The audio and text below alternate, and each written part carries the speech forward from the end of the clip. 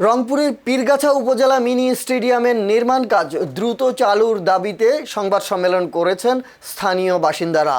মঙ্গলবার ২১ জুলাই পীরগাছা সদর ইউনিয়নের ফাকেরের মোড় এলাকায় এই সংবাদ সম্মেলনের আয়োজন করা হয়। এতে স্থানীয় বাসিন্দা আব্দুল মালেক বলেন, নির্মাণ কাজে কোনো অনিয়ম বা ত্রুটি থাকলে তা উপজেলা নির্বাহী কর্মকর্তা অথবা সংশ্লিষ্ট কর্তৃপক্ষকে জানানো উচিত ছিল, কিন্তু অভিযোগের পরিবর্তে সংঘর্ষের ঘটনা ঘটিয়ে পরিস্থিতি উত্তপ্ত করা হয়েছে। তিনি দাবি করেন, ঘটনার সময় ঠিকাদার ৩ মোড় এলাকায় অবস্থান করছিলেন। সেখানে কয়েকজন ব্যক্তি তার সঙ্গে বাকবিতণ্ডায় জড়িয়ে পড়ে তাকে মারধর করেন। পরে ঠিকাদারের লোকজন ও স্থানীয়দের সঙ্গে হাতাহাতির ঘটনা ঘটে। স্থানীয় বাসিন্দা আজিজুল ইসলাম বলেন, পীরগাছাবাসীর দীর্ঘদিনের প্রত্যাশার স্টেডিয়ামের কাজ শুরু হওয়ায় এলাকাবাসীর মধ্যে আনন্দ দেখা দেয়। তারা চান উন্নত মানের নির্মাণ সামগ্রী ব্যবহার করে নির্ধারিত মান বজায় রেখে দ্রুত স্টেডিয়ামের কাজ শেষ করা হোক। নির্মাণ কাজ দ্রুত সম্পূর্ণ করে ভবিষ্যৎ প্রজন্মের খেলাধুলা ও ক্রীড়া বিকাশের জন্য আধুনিক এবং মানসম্মত স্টেডিয়াম উপহার দেয়া হোক।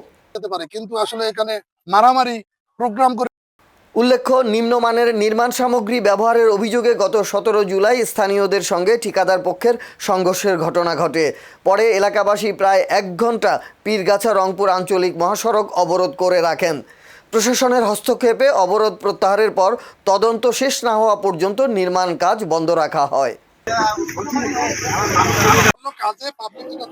পীরগাছা উপজেলা মিনি স্টেডিয়ামটি যুব ও ক্রীড়া মন্ত্রণালয়ের অধীনে জাতীয় ক্রীড়া পরিষদের অর্থায়নে ৮ কোটি ৮৩ লাখ টাকা ব্যয়ে নির্মাণ করা হচ্ছে। প্রকল্পটি ১২ মাসের মধ্যে সম্পন্ন করার লক্ষ্য নির্ধারণ করা হয়েছে।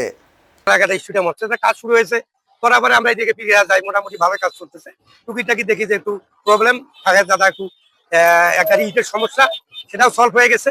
তো আমি যেটা বলতেছি সেটা হলো যে আমাদের পীরগাছার ঐতিহ্য, এখানে একটা স্টেডিয়াম হলে আমাদের পীরগাছাবাসীর জন্য আমরা সবাই জন্য আমরা তাই ভালো মানের কাজ করবে, তারা ভালো সিমেন্ট আনবে, ভালো আমাদের কাজ চলবে, কাজে আমরা যাতে দ্রুত আমাদের কাজটা হয়, এটাই আমাদের কাজ।